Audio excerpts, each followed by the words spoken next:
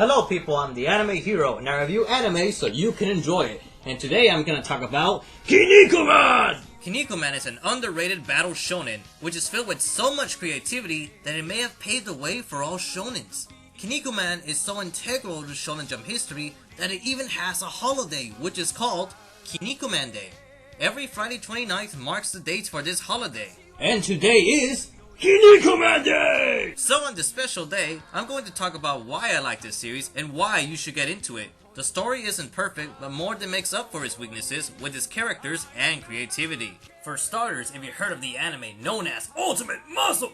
This is related to the franchise. The Kinnikuman series has spawned multiple sequels and is still being published today. Yet the hype hasn't caught on, so I hope this video will spark an interest for this long-running shonen. Kinnikuman was originally published in 1979, debuting not as a battle series, but as a superhero parody of Ultraman. In the later story arcs, the series transforms into superhero wrestling, featuring many violent fights of good versus evil. As a whole, the series has the structure of utilizing tournament arcs, where our villains show up in groups, forcing our heroes to cooperate with each other. This is a story where each character gets their fair share of fighting and accomplishing heroic feats while converting some villains into heroes. But flaws of the series include the constant revival of dead characters with the usage of multiple deus ex machinas. The style of writing of the authors, Yude Tamago, is very similar to the story of Dragon Ball, where our heroes would often team up against a common foe. Villains would become good guys and be revived via Dragon Balls. There's so many similarities, I feel Kinnikuman must have influenced Akira Toriyama in some form. This is also evident as other mangakas also reference Kinnikuman, but I'll save that towards the end. Our main character is named Suguru, but everyone knows him for his superhero name, Kinnikuman. Initially, the story begins with a very humorous setting as it follows the daily life of the most pathetic superhero ever. Right from the beginning, you can tell this is a coming-of-age story where Kinnikuman goes from a zero to a hero. However, his life is so miserable that it's hilarious. For instance, Kinnikuman is visited by an alien named Meat, who comes from planet Muscle. Meat then states that Kinnikuman is an alien prince from said planet, but what's funny is how he landed on Earth.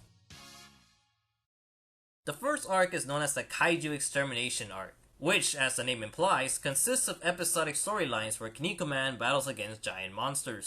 As mentioned earlier, Kinnikuman is a parody to Ultraman, which includes the style of story, his head design, and even the ability to shoot his Kinniku beam and turn into a giant by eating garlic.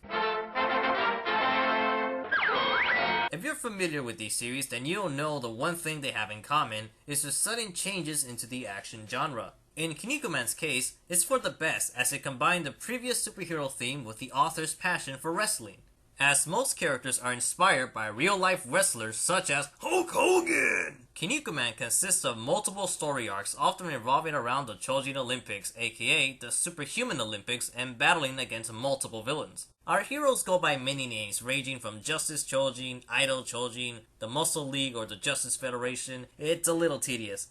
Our heroes include the Texas Bronco, Terriman, who is Kinnikuman's best friend.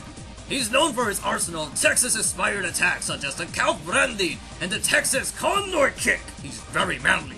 Terriman from England is our English superhero Robin Mask, who is definitely one of the coolest designed characters. His signature move is the Tower Bridge, where he stabs his opponent with his horn and splits them in half. He's also very manly. Oh, Robin! Then there's the Chinese Ramen Man. And don't let that name fool you, for he's one violent motherfucker. With his camel clutch, along with his mastery of martial arts, Robin Man is so epic, he even has his own spin-off anime. It's like Fist of the North Star.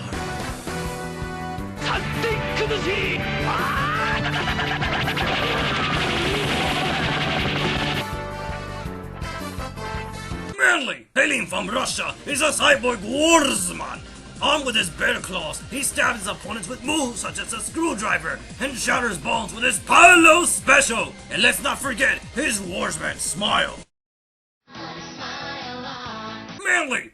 From Germany, here comes the proud Broken Jr. Broken Jr.? Who the hell is Broken Jr.? This is Broken Jr. He may be a Nazi, but he's an honorable man, and there's his ironic red paint of Berlin. Manly! From Spain comes Buffalo Man, whose techniques include the Hurricane Mixer, Macho, And then there's Kinnikuman! It means muscle man. With his muscle techniques such as his Kinniko Buster and Muscle Spot. So much manliness! As you can tell from the previous statement, this series is manly as fuck. The characters perform so many acts of manly heroism that I ended up shouting at everything they did. I feel Kinnikuman brought manliness to Shonen Jump, then years later, Fist of the North Star perfected it. But before I go into detail about the arcs and a more depth analysis, you need to know that Kinnikuman is very weird. Listen carefully to this statement. Kinnikuman is so over the top that it makes JoJo's Bizarre Adventure look normal.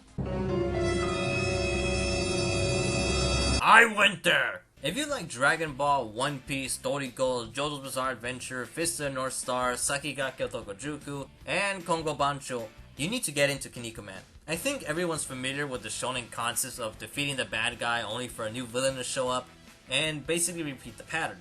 Of course, most battle shonens utilize this plot, and authors try their best to make their next arc better than the previous one. Out of the Shonen Jump titles, Kinnikuman seems to have created this type of plotline, since the series that mainstreamed this concept were Dragon Ball and Saint Seiya. Hell, I'm willing to believe this series is a staple of Shonen Jump's motto, friendship, effort, and victory. While it did develop these ideas and follows them well, Kinnikuman might discourage some people.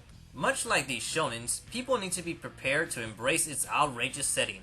Otherwise, you may find this series incredibly stupid. So some of you may be asking, how can it make JoJo look normal? How can it be more over the top than any of these series? How can wrestling be awesome? And how is this old series even good? The answer to those questions will be featured in a short montage in 3, 2, 1!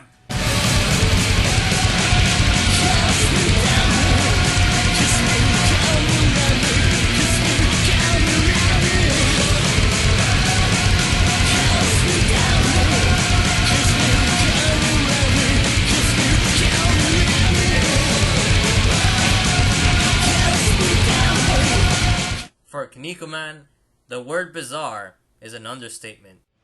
I know it might be hard for some people to just go with the flow with these character designs, but these Chojins are fucking beasts! Kinnikuman's strength is in its creativity, and it incorporates so many superpowers and a good chunk of them are broken. Stop the time! Another example is the character Black Hole, who can suck up objects like a black hole. Then there's Mr. VTR, who can shrink you, change the location, and even put you on pause. Planet Man can hold the sun in his hands, and the list just keeps going, like Fukuriran, who takes your picture, seal you inside it, and then kill you. Aside from the quirky designs, there are also some cool concepts such as Illuhin, Bike Man, and Meltdown, because they're Transformers! Like most over-the-top shonen, Kinnikuman has a sense of humor, but can also be violent. There are times where shit like this happens, and then other scenes we get epic moments. ウォーズマンティーパックマンの頭に手をかけた。一体何をするつもりだ。やめてくれ。おっと、ティーパックマンを片手で持ち上げて紅茶を飲み干している。Like a boss. It's outrageous, but I love it for that. Hell, my friends and I even made a reaction video on some of the ludicrous things at Kinnikuman. But on a more serious note, onto the story arcs.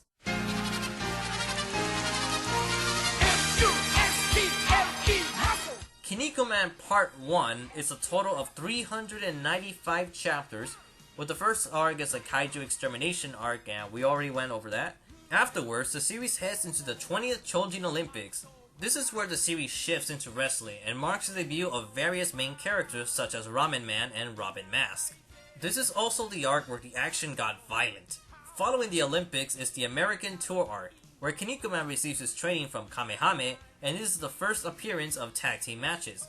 After this short arc named Bimiba and Planet Raka only serves to introduce some characters. This arc almost had no real importance to the story, especially when it goes back to its Ultraman roots, but it's never mentioned again. After that, we enter the 21st Olympics, debuting Warsman and Barracuda as the main villains of the arc. While some outrageous things occurred before, this arc is where it took Bizarre to the max with blending brutal fights and having some silly battles such as Urinal Man and Cube Man. Once the Olympics are done, we finally arrive at the appearance of Devil Chojin, who challenged the Muscle League in a wrestling match. And they do this by kidnapping meat and breaking him into pieces, which if he doesn't recover within 10 days, he'll die. This is where the story starts to get dark as we're fighting a group of devils led by Buffalo Man. However, the next arc is what really pushes the dark tone. The Golden Mask arc basically deals with the Devil Knights, who are even stronger than the previous Devil Chojin, and they demonstrate this by decapitating their comrades and Ashura Man attaching their arms to his body.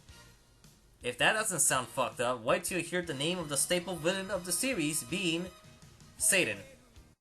Yeah, it's not a metaphor or a title. The character is Satan himself and wishes to rid the world of justice and friendship. I know it sounds silly to get rid of friendship, but when you have a song like this, can you really argue with him?